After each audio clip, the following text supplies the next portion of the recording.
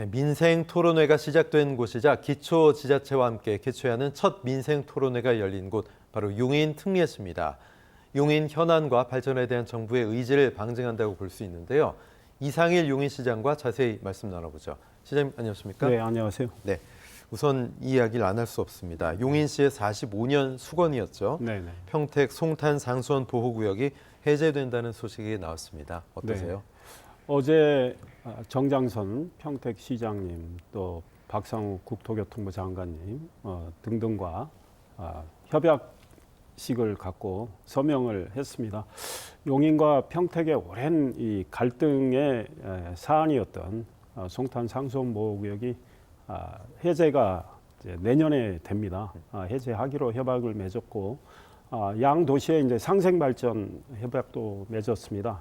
송탄 상수원 보호구역에 우리 용인에 해당되는 구역이 여의도의 8배의 면적이나 됩니다. 그래서 많은 용인 시민들이 큰 불편과 고통을 겪었는데요. 그 구역이 해제가 되면 이제 용인 시민들이 주거나 문화예술, 생활체육 공간도 마련할 수 있고 좋은 기업들이 또 입주하게 됩니다.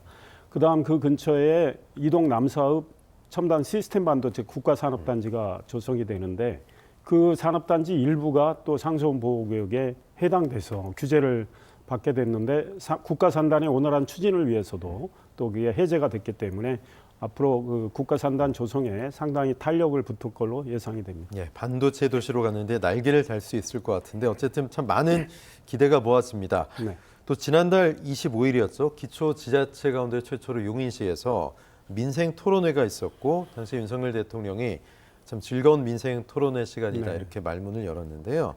자, 어떤 내용들이 좀 주목할 만한 내용이었는지 소개해 주십시오. 예, 대통령께서 우리 용인의 오랜 수건 사업에 대한 많은 해답을 주셨습니다. 일단 용인은 인구 100만 이상, 지금 용인 110만인데요. 특례시입니다. 용인, 수원, 고양, 창원 이 4개의 특례시가 있는데 특례시는 사실상 광역시에 해당하는 행정을 하고 있습니다. 그래서 특례시 특성에 맞는 행정을 할 수 있도록 특례시 지원특별법을 제정하겠다고 약속을 했고 그 이후에 지금 행정안전부가 TF를 구성해서 법안 만드는 과정에 들어가 있기 때문에 용인은 큰 선물을 좀 받은 셈이고요. 그다음에 이 경강선 연장 등 반도체 고속도로 건설 등 교통망 확충을 대거해 주겠다는 말씀을 하셨습니다. 반도체 국가산단이 조성되기 때문에 성공적인 조성을 위해서 국가가 인프라를 적극적으로 지원하겠다는 뜻입니다. 네, 말씀하신 것처럼 특별법을 통해서 특례의 권한이 좀 확대가 된다면 시민들이 체감할 수 있는 변화 어떤 것들이 있을까 좀 궁금하거든요. 특별법에 많은 내용이 좀 담겨야 되고 행정과 재정 권한을 일괄적으로 이양하는 그래서 광역시에 준하는 권한을 갖도록 하는 내용이 담겨야 된다고 봅니다. 그 과정까지는 좀 시간이 걸리는데요. 제가 지금 계속 주장하는 것은 지방산단을 이제 시가 승인을 하게 되는데 50만 이상 시는 승인권을 갖고 있습니다. 그런데 산단을 심의하는 권한은 도가 가지고 있습니다. 그래서 승인권자, 시민권자가 일치가 안 돼서 지방에 들어오고자 하는 기업들이 그 심의 과정이 상당히 좀 오래 걸리기 때문에 좀 불편해하고 있기 때문에 이제 50만 이상의 그 산단 심의권은 도가 시로 넘겨야 되는 이런 내용들이 지금 당장 필요한데 나중에 특례시법이 되면 특례시에는 그게 부여되도록 할 생각이고 기업 유치가 훨씬 수월해지겠네요. 네, 그렇습니다. 그다음에 우리 용인은 지금 내년 기준으로 15년 이상이 되는 공동주택이 무려 437개 단지가 있고요.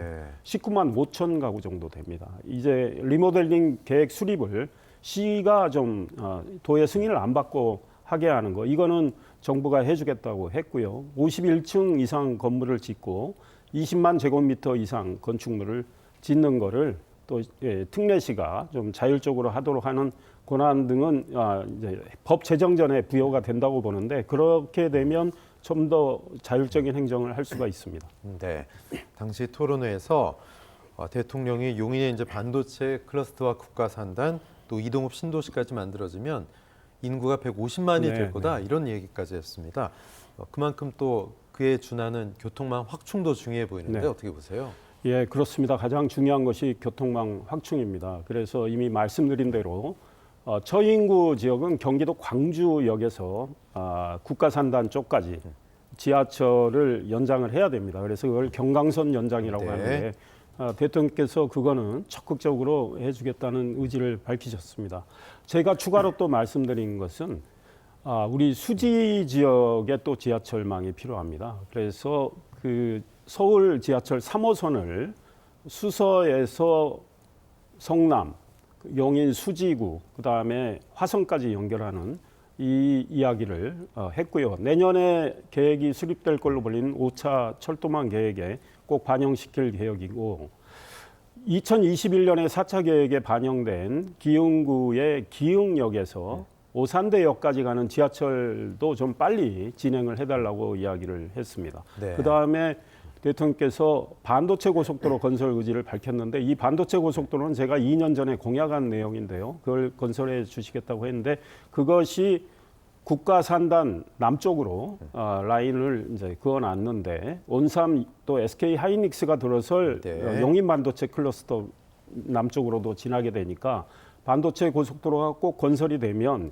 소위 교통 인프라는 많이 갖춰지게 되고 삼성전자가 360조 원을 투자하게 되는 그 이동 남사업 국가산단에는 국도 45호선이 지나가게 됩니다. 네. 현재 4차로인데 그걸 8차로로 확장하는 작업도 대통령께서 도와주시겠다고 했고 저는 빨리 속도를 내려면 예타 면제가 필요하다는 주장을 하고 있습니다. 예.